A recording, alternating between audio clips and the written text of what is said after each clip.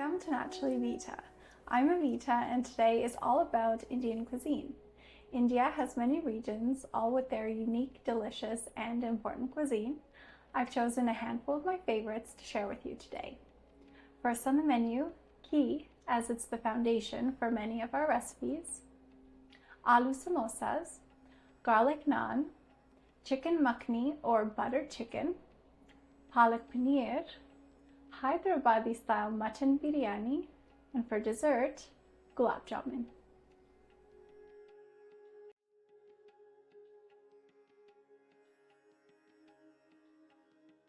To make ghee, start by melting 2 blocks of butter in a heavy bottom pot.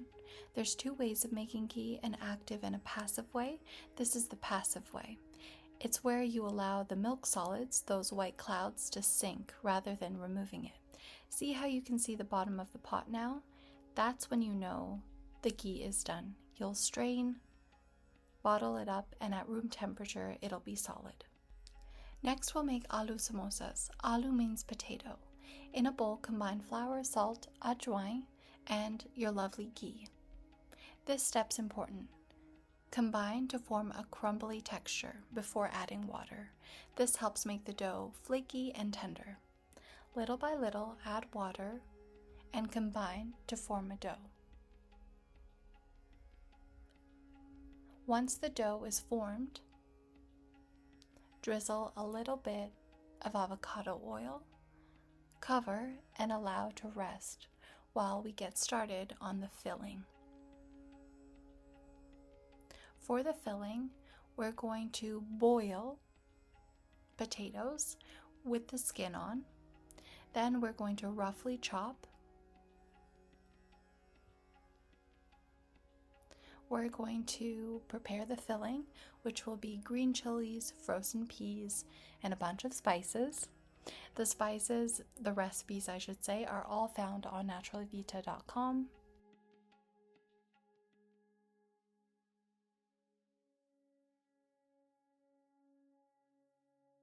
For the dough, divide it into equal portions and roll it into an oval.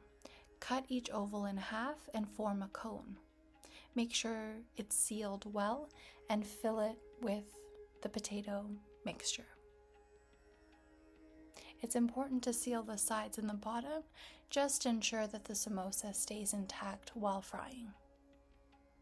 You can make the samosas into mini samosas or large ones like I'm doing today. And samosas are traditionally eaten as a snack, an appetizer, and the filling is customizable. But I prefer the aloo samosas, and really it's such a nice savory pastry. The key to authentic tasting samosas is to fry it low and slow in oil. I'm using avocado oil. By frying the samosas low and slow, you prevent it from forming bubbles on the exterior of the samosa. Once cooked, I like to serve it with tamarind sauce, like Maggie's tamarind sauce. And you have just made the most delicious aloo samosas.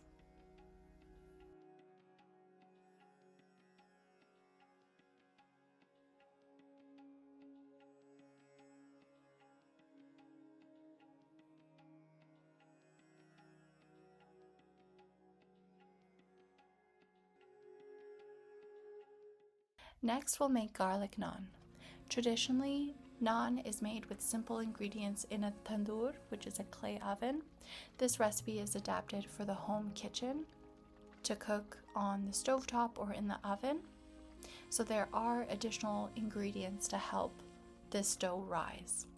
This is finely chopped fresh garlic, cilantro, and more ghee, and it's pillowy soft and perfect for chicken makhani or butter chicken.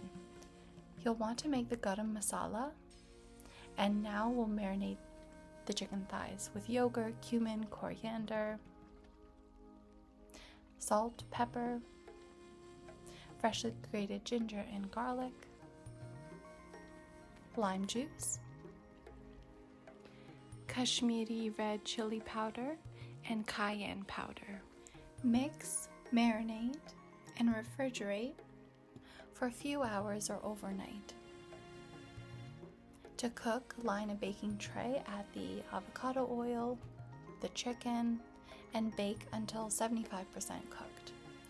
In a heavy bottom pot, add some onions, fresh tomatoes, salt, turmeric powder, black pepper, cashews, freshly grated ginger and garlic, cumin powder, coriander powder,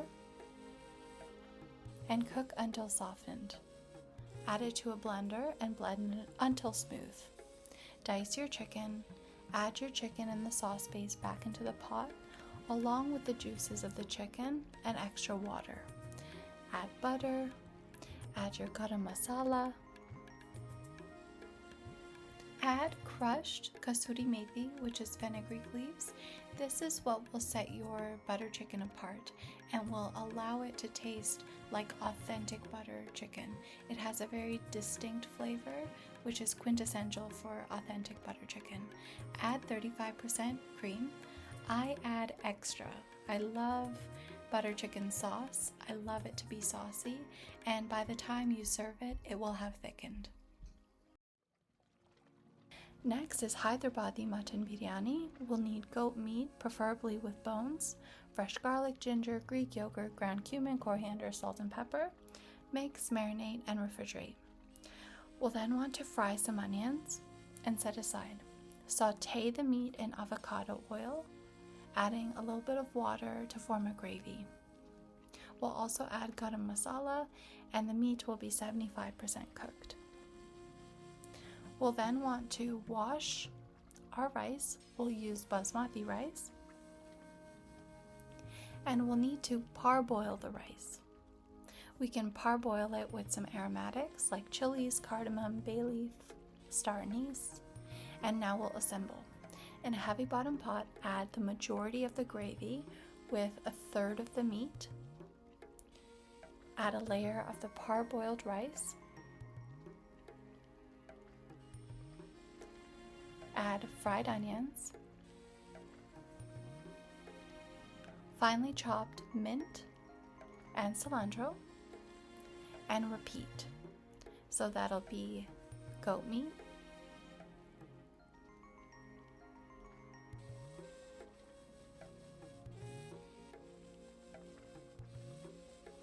rice,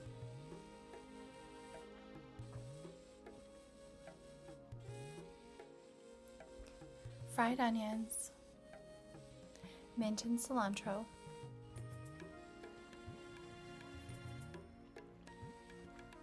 and repeat.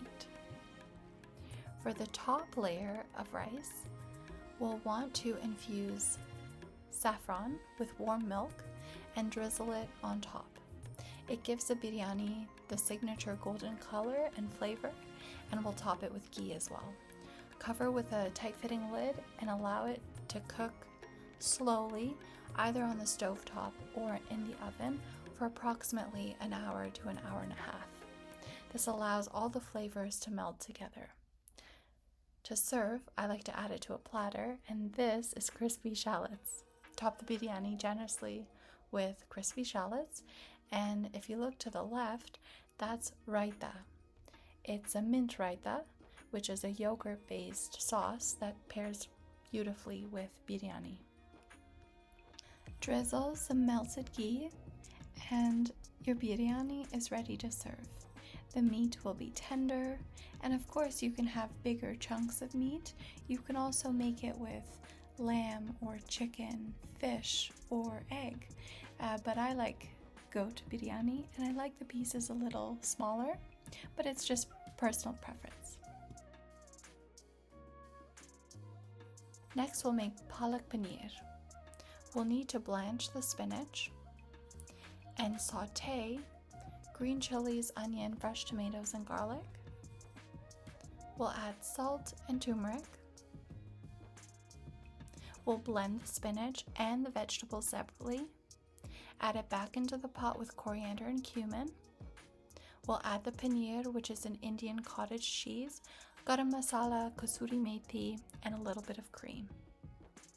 Serve it In a thali, you'll have your rice. It could be basmati rice. I did jasmine rice. It's a little fluffier, topped with ghee, our flavorful, authentic tasting butter chicken, palak paneer, garlic naan, chopped veggies on the side, carrots, tomatoes, cucumbers, red onions, green chilies, lemon, and oil. And of course we need dessert.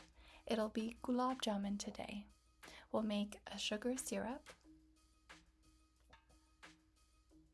And traditionally, Gulab Jamun is made with khoya or skim milk powder. Sometimes it's hard to find, so in its place I've used high quality ricotta. And we're going to cook, then add flour and baking soda, shape it into balls, and fry it low and slow in avocado oil.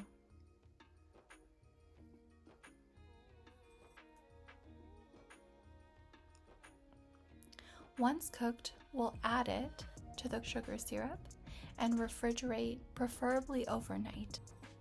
After allowing it to soak overnight, the result will be soft, authentic tasting gulab jamun. When you're ready to serve, warm it up and enjoy.